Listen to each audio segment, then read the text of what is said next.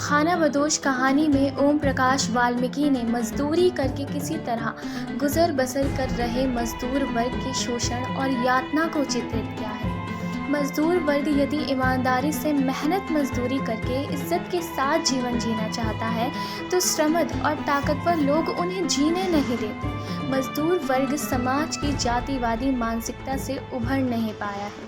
कहानी में ईंट के भट्टे पर काम करने वाले मजदूर अपनी ज़मीन से उखड़कर मजदूरी करने के लिए वहां आते हैं और तरह तरह के शोषण चक्रों में फंस जाते हैं। लेखक ने इस कहानी के माध्यम से इसी शोषण चक्र को बेनकाब करके रख दिया है।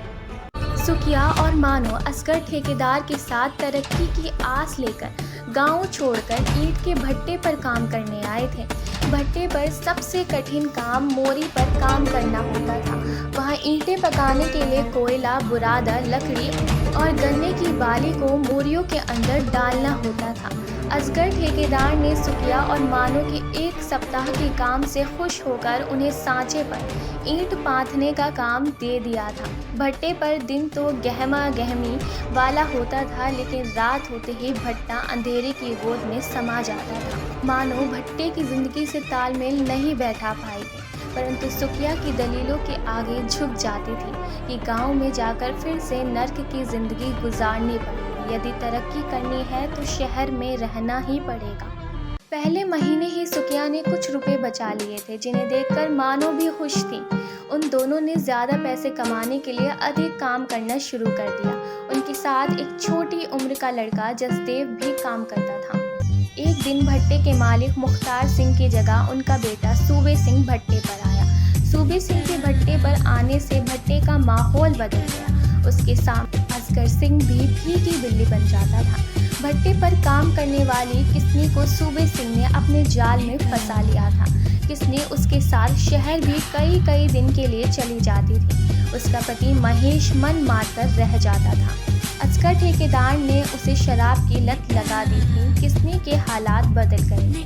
अब उसके पास ट्रांजिस्टर तथा अच्छे कपड़े आ गए थे। भट्टे में पक्की लाल ईंटों को देखकर मानो अपना पक्का घर बनाने का सपना देखने लगी। उसने सुखिया से पूछा कि एक घर बनाने में कितनी ईंटें लगती हैं। सुखिया ने कहा कि ईंटों के अलावा लोहा, सीमेंट, लकड़ी, रेत आदि सामान भी लगता है। ये सुनकर मानो बेचैन हो गई। उसके दिमाग में ईंटों का लाल रंग छा गया था। वे सुखिया से अपने घर के लिए ईंटें बनाने को कहती है तो सुखिया उसे समझाता है कि ये ईंटें तो भट्टे के मालिक की हैं, इन पर हमारा हक नहीं है। अब मानो और सुखिया का एक ही लक्ष्य था कि पैसे इकट्ठे करके अपने लिए पक्की ईंटों का घर बनाना है, इसलिए वे पहले से अधिक मेहनत करने लगे थे।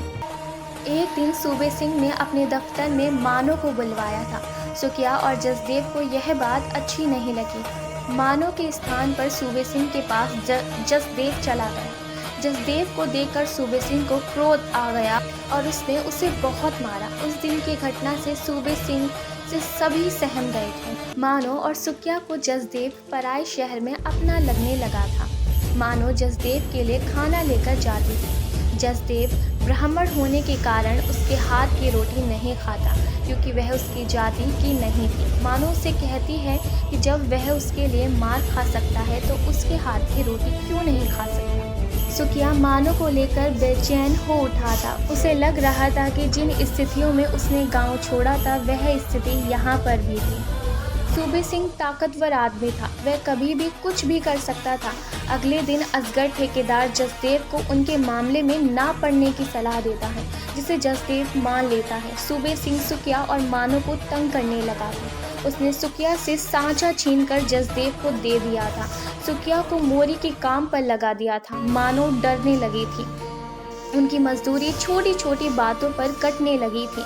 जसदेव भी मानो पर हुक्म चलाने लगा था। एक दिन मानो ने पाथी ईंटों को सूखने के लिए आड़ी तिरछी जालीदार दीवारों के रूप में लगा दिया। वह अगले दिन सुबह जल्दी ही काम पर गई तो वहां पहुंचकर उसने देखा कि पहले दिन की ईंटें टूटी पड़ी थी। वे दहाड़े मार मार कर रोने लगी। उसकी आवाज़ सुनकर सभी इकट्ठे हो जाते हैं।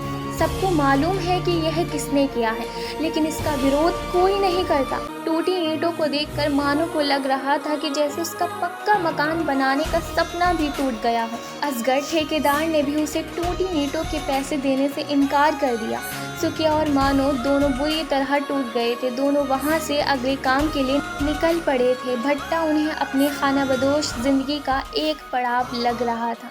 मानो को लग रहा था कि जसदेव उन्हें रोक लेगा। जसदेव के चुप रहने से उसका विश्वास टूट गया। टूटे हुए सपनों के कांच उसकी आंखों में चुभने लगे थे। वह एक दिशाहीन यात्रा के लिए निकल पड़े थे। अगर हम और हमारी वीडियो पसंद आई हो तो हमारा इंतखाब करने के लिए हमारे चैनल को सब्सक्राइब करना और वीडियो को लाइक करना ना भूलेगा, ताकि आपसे बाद में भी मुलाकात हो सके।